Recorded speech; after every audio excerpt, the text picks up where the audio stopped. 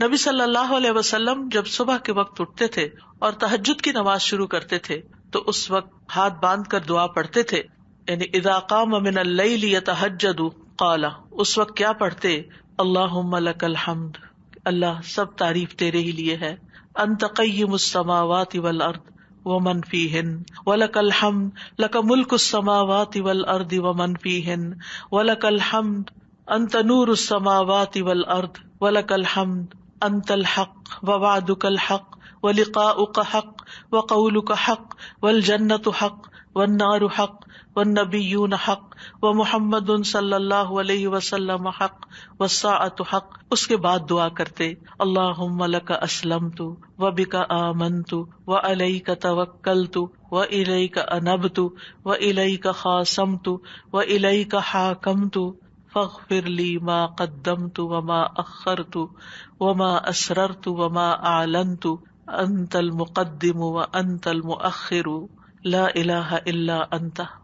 یہ تھا آپ کی دعا مانگنے کا انداز. کتنی زیادہ پہلے اللہ تعالیٰ کی تعریف کی اور پھر اس کے بعد اپنا آپ اللہ تعالیٰ کے سپرد کیا، اور آخر میں جو معصوم عن الخطا ہے نبی صلی اللہ علیہ وسلم، جن کی کوئی غلطیاں ہی نہیں، کوئی گناہ ہی نہیں، وہ کیا مانگ رہے ہیں؟ ایک چیز مانگ رہے ہیں، کیا؟ فاغفر لی ما قدمت وما اخرت وما اسررت وما اعلنت. اللہ تو مجھے بخش دے، میرے اگلے پچھلے پوشیدہ اور ظاہری گناہوں کو معاف کر دے. تو ہی پہلے تھا اور تو ہی آخر میں ہوگا، تیرے سوا کوئی معبود نہیں. نبی صلی اللہ علیہ وسلم کے تہجد کے وقت کی اس دعا سے ہمارے لیے سیکھنے کی کیا بات ہے کہ دعا کا ایک بڑا حصہ کس پر مبنی ہونا چاہیے؟ اللہ تعالیٰ کی تعریف پر مبنی ہونا چاہیے. لیکن ہم نے کبھی یہ دعا کا سلیقہ سیکھا ہی نہیں، اللہ تعالیٰ کی یہ تعریف کبھی اس طرح کی ہی نہیں. ہمیں صرف اپنا آپ ہی یاد رہتا ہے، صرف اپنے مسائل یاد رہتے ہیں، صرف اپنی پریشانیوں کا ذکر رہتا ہے.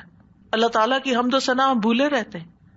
اور پھر یہ کہ اللہ سبحانہ و تعالیٰ کی حمد و ثنا کا حق ادا نہیں ہو سکتا جتنی بھی ہم کریں.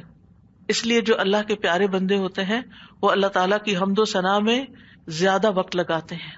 تو آج سے جو سیکھنے کی بات ہے، جو ٹیک ہوم میسج ہے، وہ یہ کہ ہم اگر چاہتے ہیں کہ اللہ تعالیٰ ہماری مشکلات آسان کریں، ہمیں بخش دے دنیا میں بھی اور آخرت میں بھی، تو پھر اللہ کی تعریف بیان کریں، اللہ کی توحید بیان کریں، اللہ تعالیٰ کی حمد بیان کریں، اللہ تعالیٰ کی تکبیر بیان کریں، اللہ تعالیٰ کی تسبیح بیان کریں.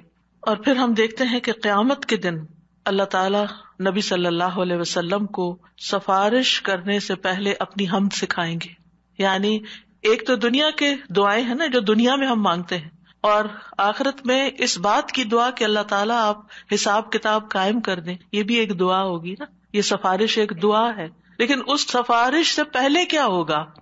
یعنی قیامت کے دن جب لوگ پریشان ہوں گے، انبیاء کے پاس جائیں گے تو انبیاء ان کو آگے بھیجتے جائیں گے حتیٰ کہ لوگ محمد صلی اللہ علیہ وسلم کے پاس آئیں گے. تو حدیث میں آتا ہے کہ وہ کہیں گے تم سب محمد صلی اللہ علیہ وسلم کے پاس جاؤ، اللہ نے ان کے اگلے پچھلے سب گناہ معاف فرما دیے ہیں. تو وہ سب میرے پاس آئیں گے